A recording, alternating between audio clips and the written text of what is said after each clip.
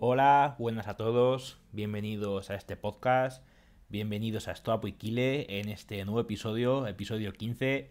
Estamos de vuelta, seguramente mucho tiempo después de lo que yo hubiera querido, ya que hace 3 meses del último episodio, pero aquí estamos de vuelta con más ganas que nunca y como bien veis en el título, con un nuevo episodio de este libro que dejamos pendiente hace 3 meses, que es Adiós Ansiedad, del autor David Barnes. Bueno, hayamos visto todas las técnicas en el último episodio, haciendo así recapitulación del modelo cognitivo, que eran muchísimas. Y hoy toca ver dos modelos, el modelo de la exposición y el modelo de la emoción oculta. Cada modelo tiene varias técnicas y vamos a ir una por una. Este episodio número 15, esta parte 3 de este resumen de Adiós Ansiedad de David Barnes, no va a ser el último, ya que quedan todavía algunos episodios por ver del libro y mínimo vamos a ver otra parte más en este resumen del libro. Pero hoy vamos a cerrar todas las técnicas que había contra la ansiedad, en este caso en el modelo de exposición, en el modelo de emoción oculta. Y ya para la última parte, que va a ser el próximo episodio, veremos cuál elegir en cada situación, porque para cada situación en la que tengamos ansiedad hay que elegir unas técnicas determinadas y eso es lo que vamos a ver de cara al próximo. Pero sin más dilación, vamos a ello. Vamos a empezar con el modelo de exposición. Primero vamos a hacer un breve repaso de lo que es el modelo de exposición y luego vamos a ver una por una las técnicas de este modelo, al igual que después veremos lo que es emoción oculta y las técnicas, bueno, mejor dicho, la técnica que hay sobre este modelo. Así que vamos a ello. Modelo de exposición. ¿Qué es el modelo de exposición? Pues para los que tengáis el libro, es la tercera parte, empieza en la página 18. Y aquí el autor nos habla de exponernos a lo que tememos como remedio a esa ansiedad que nos provoca. Nos pone su ejemplo del miedo que tenía él, David Barnes, a la sangre y cómo lo superó exponiéndose de forma brutal. Habla de la técnica de inundación, de no huir ni luchar contra la ansiedad, sino dejar que esté ahí y que no golpee con todo. Solo entonces la emoción se irá. Para los que no oyerais esta historia en episodios anteriores del podcast, pues bueno, David Barnes tenía una fobia tremenda a la sangre y se le pasó un día que estaba él de médico de urgencias, es psiquiatra, pero ese día estaba de médico de urgencias, llegó una persona de un accidente y os podéis imaginar la escena, sangre por todos lados y pasó 10 minutos muy muy malos, pero al final esa ansiedad se le quitó de golpe. Fue un modelo de exposición, un efecto choque brutal y bueno, consiste en eso, en exponernos a la situación que nos causa el miedo para que ese miedo se nos vaya.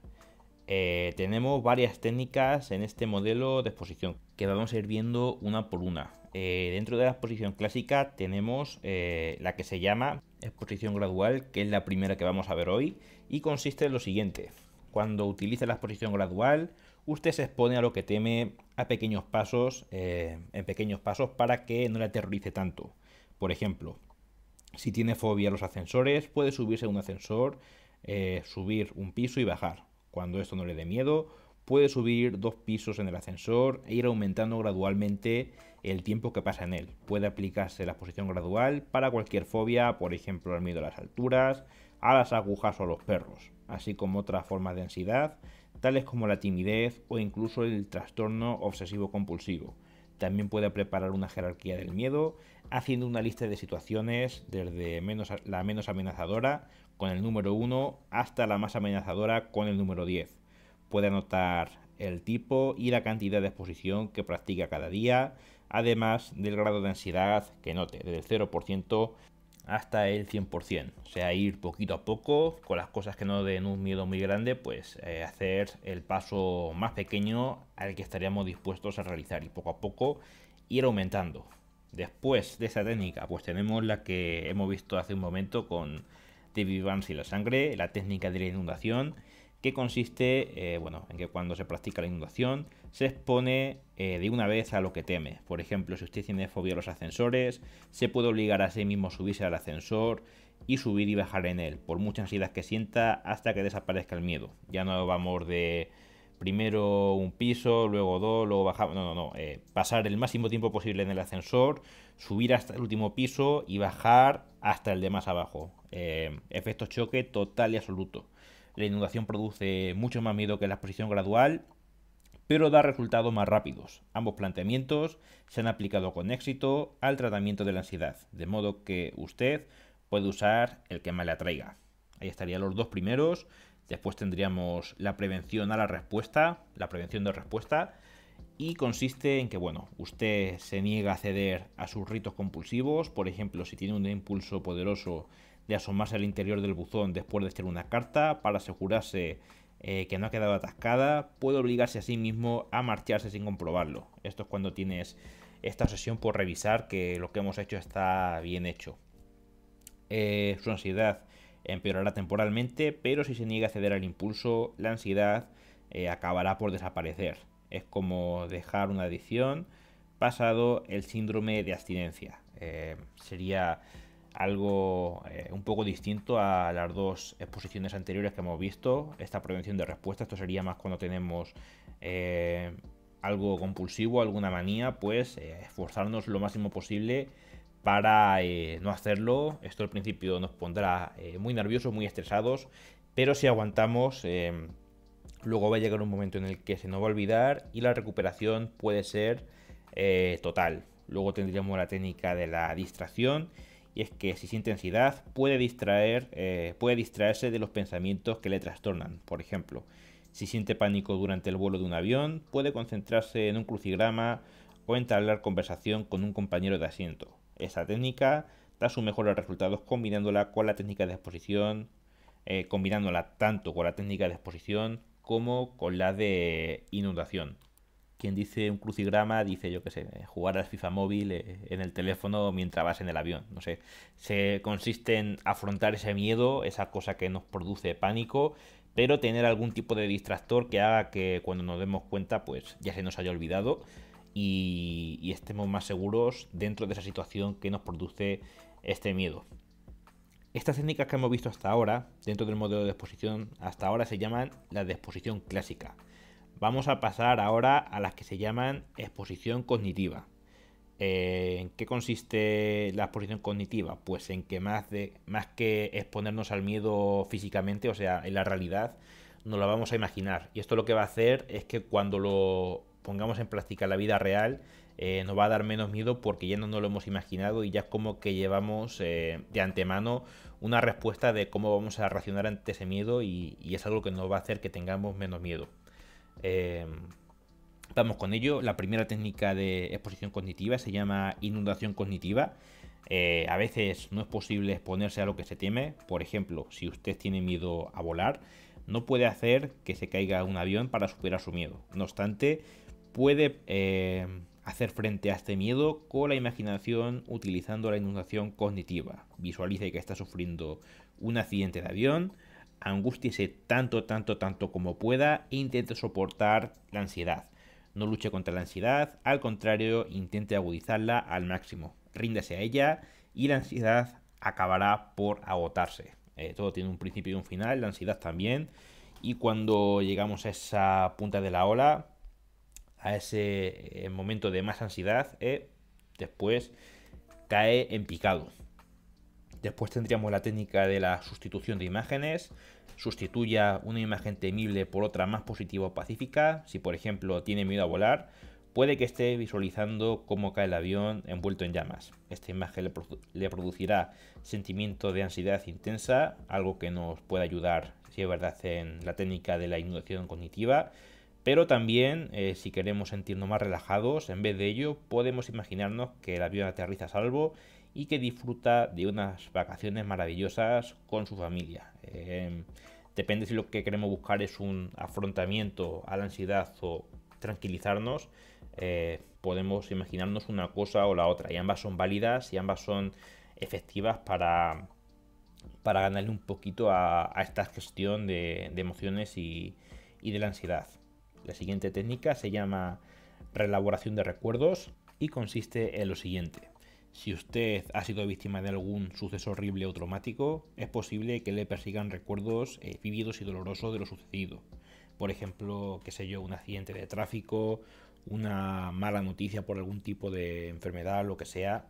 eh, Usted puede modificar estas imágenes de manera similar a como un director de cine modifica una escena. Por ejemplo, si tiene recuerdos humillantes de haber sufrido, como es el caso en el episodio concreto del libro de una violación o de abusos, puede representarse el suceso en la mente hasta que se sienta muy angustiado. Después puede entrar en escena, convertir en una persona adulta y poderosa, capaz de castigar a la persona que abusó de usted.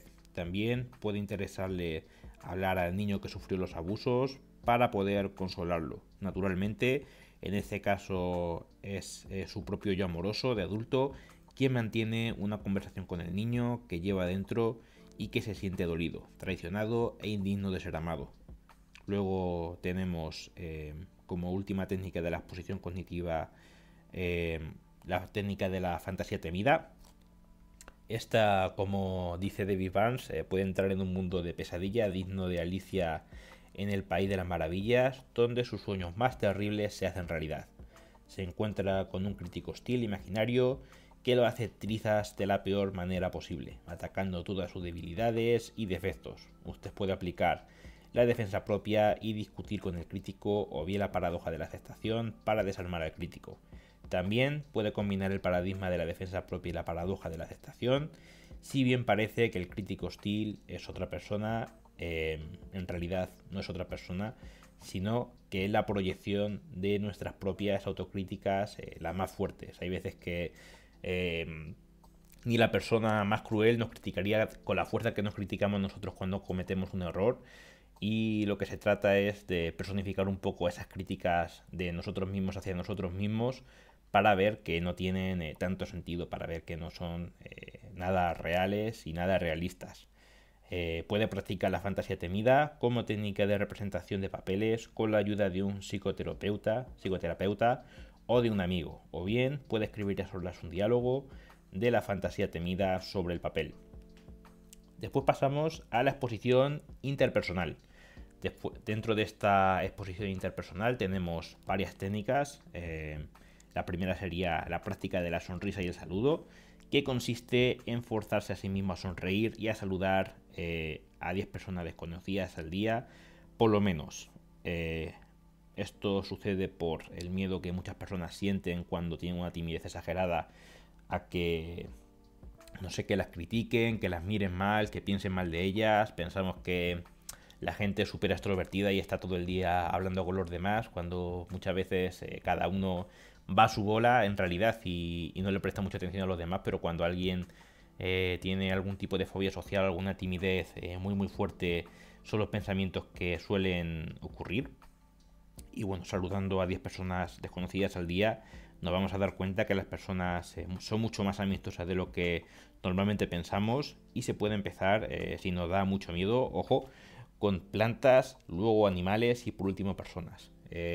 Bueno, las personas son lo que más miedo nos dan, pues si vemos un perrito por la calle, agáchese, acarícelo, dígale algo, y poco a poco vamos escalando a personas, y que sea una cosa que nos haga darnos cuenta que realmente nos devuelven el saludo y que la gente es amable, porque no nos están juzgando todo el tiempo, aunque la mente a veces nos juegue malas pasadas y nos haga pensar que sí, que nos están hablando fatal de nosotros a nuestras espaldas y nos están poniendo verdes.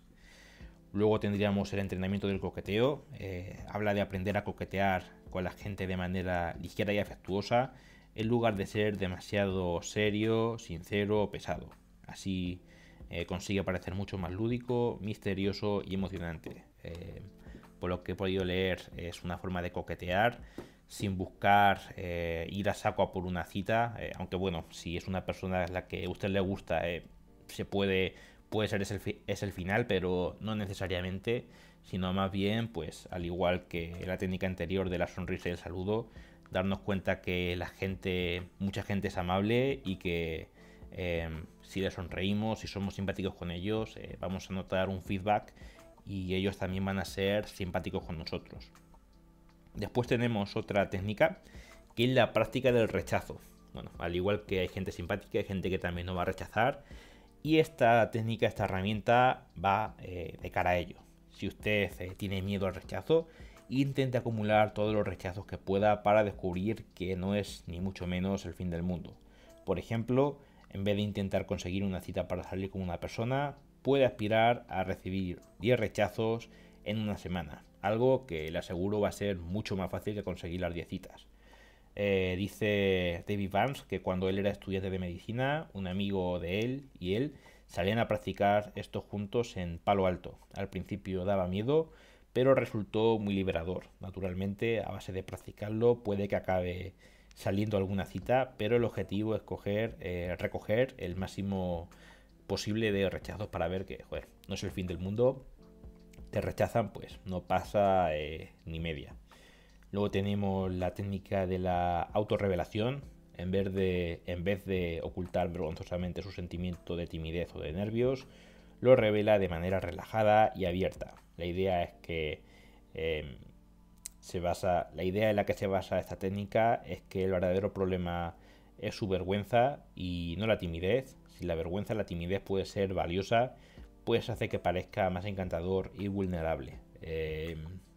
Lo dicho, no tener vergüenza, abrirnos a la gente, a decir realmente, pues joder, lo estoy pasando mal, estoy nervioso, no estoy en una buena época, no tampoco para hacer sentir pena ni para hacernos la víctima, pero para ser sincero, porque hay veces que estamos realmente incómodos y queremos hacer parecer que no lo estamos, que estamos súper bien, que va todo súper guay, pero a veces no es todo súper guay y es bueno reconocerlo y sobre todo a gente de confianza decirle, pues oye, estoy pasando por una mala época y eso por sí solo nos va a liberar porque nos va a provocar que no estemos forzando la máquina y hacer ver como que estamos súper bien cuando lo estamos realmente pasando mal y seguramente vamos a obtener comprensión y si es una buena persona, un buen amigo, también algo de ayuda.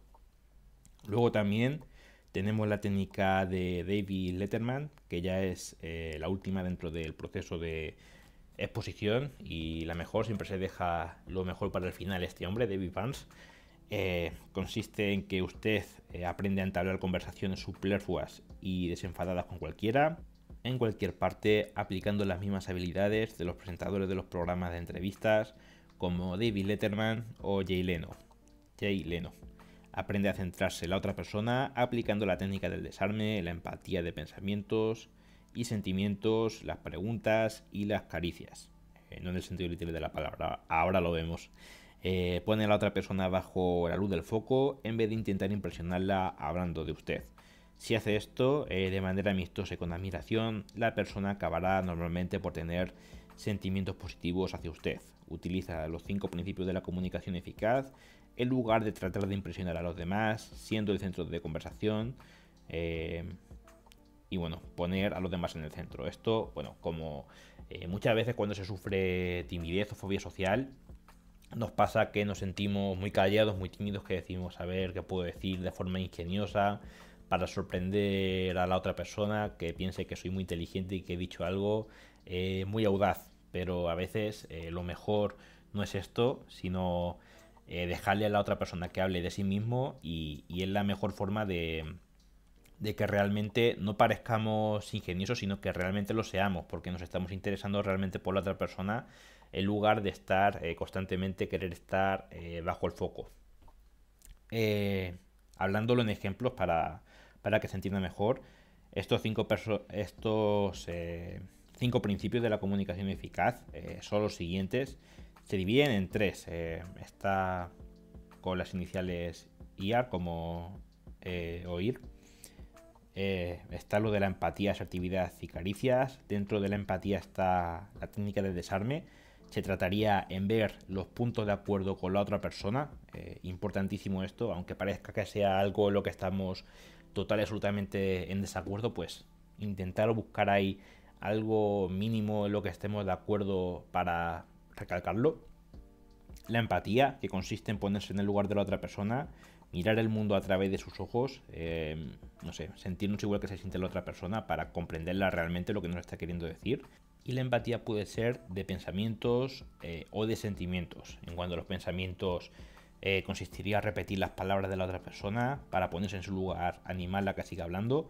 Por ejemplo, si nos está hablando, qué sé yo, ahora que está en el mundial, pues yo pienso que Messi es el mejor jugador del mundo porque ha hecho tantos goles en octavos de final, en cuartos, no sé cuál, y tú repites las mismas palabras que está diciendo él. Así que tú crees que Messi está haciéndolo bien porque ha metido tantos goles, tal, tal.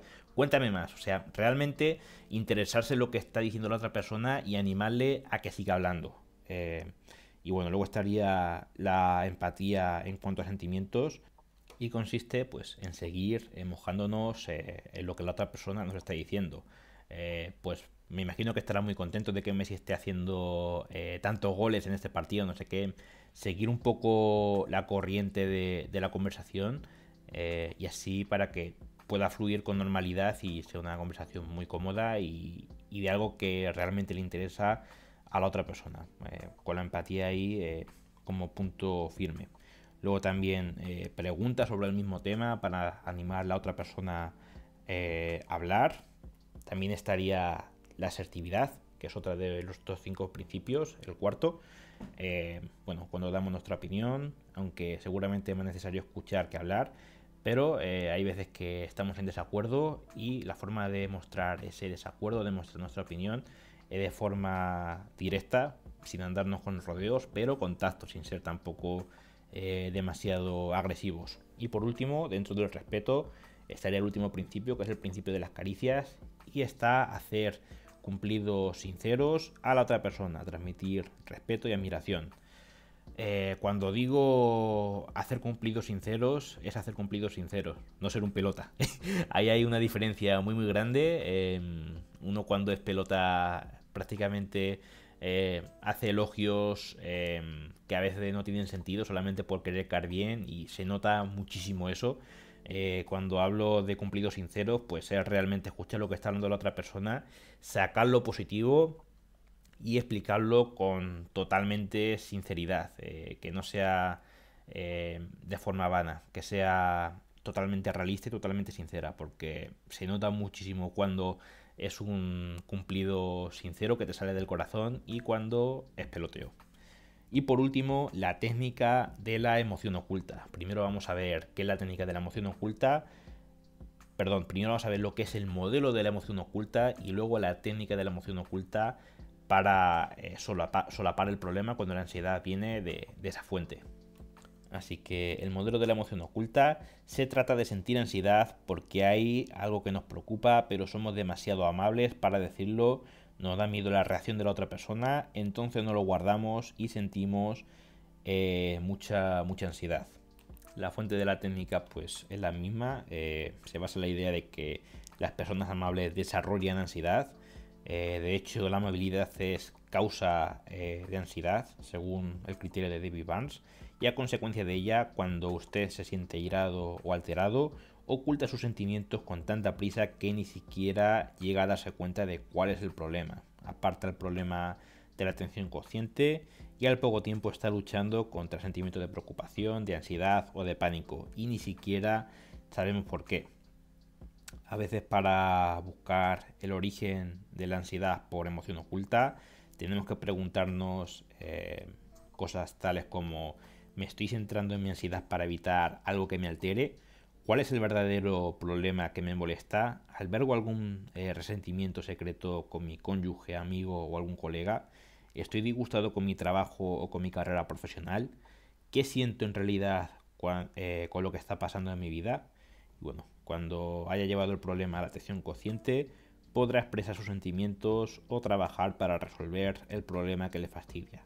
Esto suele conducir a una reducción de la ansiedad o a su eliminación total. La técnica de la emoción oculta puede ser preciosa para las personas que sufren hipocondría, dolor crónico, mareo, fatiga u otros problemas médicos que no parecen tener causas orgánicas.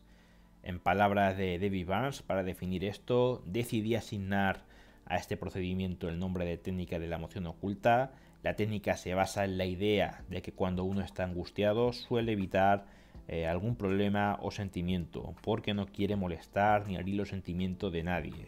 Me siento infeliz por tal o cual cosa, pero se lo oculto a mi familia, a mis amigos, tal, porque pueden pensar que soy egoísta por sentirme mal por esto, porque pueden pensar que, no sé, no no es un motivo para estar mal, y como no es un motivo para estar mal, pues se lo oculto porque pueden pensar pues que no es correcto.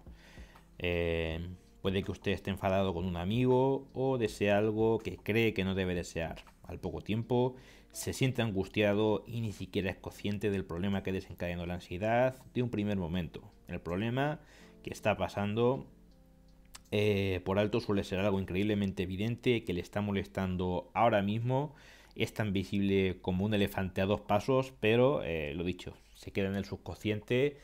Dejamos de verlo como un problema, y la forma en la que se manifiesta es con estos síntomas de ansiedad, de pánico, de malestar, y con somatizarlo. Pero usted no se da cuenta de que está ahí.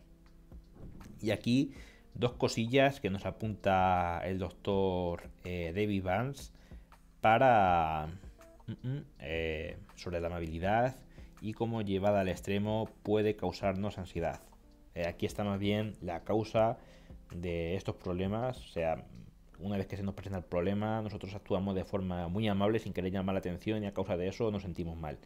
Y aquí está lo que nos dice David Barnes sobre cómo la ansiedad, o sea, cómo la amabilidad efectivamente puede causarnos ansiedad. De varias formas. Para agradar a los demás, siente que tiene que agradar a todo el mundo a una costa de sus propias necesidades y sentimientos. Sacrificio por los demás. Fobia a la ira, siente que no se le permite estar airado, o quizás piense que la ira es peligrosa y debe evitarse a toda costa. Cuando esté irritado o molesto con alguien, se comporta con amabilidad, entierra sus sentimientos y se dice a sí mismo que no debería sentirse como se siente, pero en el fondo, en nuestro interior estamos cabreadísimos. Fobia a los conflictos, evita los conflictos porque siente que debe llevarse bien con todo el mundo. Perfeccionismo emocional, cree que debe sentirse siempre feliz, alegre y optimista sobre su vida, trabajo y los demás. Y por último, lo que el Dr. Barnes ha bautizado como emotofobia. Esta es la otra carta de la moneda del perfeccionismo emocional. Es un término que creó el propio Dr. Barnes y que significa miedo a las emociones negativas. Usted cree que debe tener siempre controlados sus sentimientos y que no debe permitirse nunca sentirse angustiado, vulnerable, solo, celoso, molesto o incapaz de enfrentarse a ciertas circunstancias. Estas 5 cosillas son tremendos potenciadores de la ansiedad y que pueden hacer que lo pases muy, muy, muy mal. Bueno, también apunta que cuando se siente trastornado, aparta automáticamente de su mente el problema. Al cabo del poco tiempo está tan consumido por la ansiedad que se le olvida cuál es el problema y solamente está centrado, pues eso, en el malestar. Y el problema tampoco está en no ser asertivo, sino en que no nos damos ni cuenta del problema y necesitamos muchísimo trabajo para encontrarlo, a pesar de que es evidente.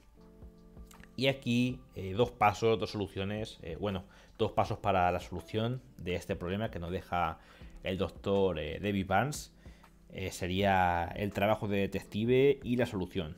¿Qué es el trabajo de detective? Pues esta es la parte más difícil. Tiene que discurrir e intentar determinar qué es lo que le está molestando. Puede ser muy difícil hacer salir el problema a la atención consciente. Quizás se diga a sí mismo que no tiene ningún problema, salvo la propia ansiedad, pero este tarde o temprano, con mucho esfuerzo, sí es cierto, pero sale a la luz. Habitualmente el problema es algo que le está fastidiando en el aquí y en el ahora, y no es algo que esté enterrado en el pasado, un trauma de hace muchos años, no, es algo que está molestando en el aquí y en el ahora. Y además casi siempre se tratará de algo bastante evidente, como por ejemplo que odia su trabajo, que está enfadado con un amigo o que quiere hacer algo diferente con su vida. Y generalmente no es un problema psicológico profundo y complejo, como un complejo de Edipo, pero sí que es verdad que es algo que fastidia muchísimo y hasta dar en el clavo hay que trabajar el problema. La segunda parte, pues la solución. La solución, cuando haya identificado el problema que le esté fastidiando, tendrá que expresar sus sentimientos y hacer algo al respecto. Una vez resuelto el problema, lo más frecuente es que su ansiedad se reduzca o incluso desaparezca completamente. Resumiendo, identificar el problema o el sentimiento que le haya fastidiado, preguntándose a nosotros mismos, ¿me está molestando algo que he dejado de lado. Estoy enfadado con alguien, estoy trastornado por algo y después de darle muchas vueltas consigues encontrar la causa del problema y bueno, expresas tus sentimientos y tomas medidas para resolver ese problema una vez que ya lo hemos detectado, que como hemos dicho, detectarlo es la parte más difícil. Así que nada, hasta aquí llega el episodio de hoy, episodio larguito, denso, pero muy necesario y sobre todo después de 3 meses sin episodios, pues era algo necesario y que tenía mucha ganas de hacerlo. La verdad es que he visto comentarios en YouTube y en Spotify de gente que, oye, que le está sirviendo estos resúmenes, que le está siendo útil y eso es lo que más me alegra, es el objetivo final de este podcast, de estos episodios, echarle un cable a la gente. Yo personalmente he tenido también y sigo teniendo problemas de ansiedad y todo lo que pueda ser echarle un cable a los demás, pues oye, bienvenido sea. Así que nada, me voy despidiendo por aquí. Sabemos que queda todavía otro último episodio sobre este libro buenísimo de David Barnes. Así que nada, estos 3 primeros han consistido en explicar cada uno de estos modelos, el cognitivo, de exposición y emoción oculta, con sus 40 técnicas. Y en el cuarto y último episodio veremos cuándo utilizar cada una de las técnicas para afinar un poquito y en cada situación pues llevar a cabo cada técnica que hemos ido viendo en estos 3 episodios. Así que nada, yo por aquí me despido, espero que hayan disfrutado mucho el episodio, tengan un muy buen día y pórtense bien.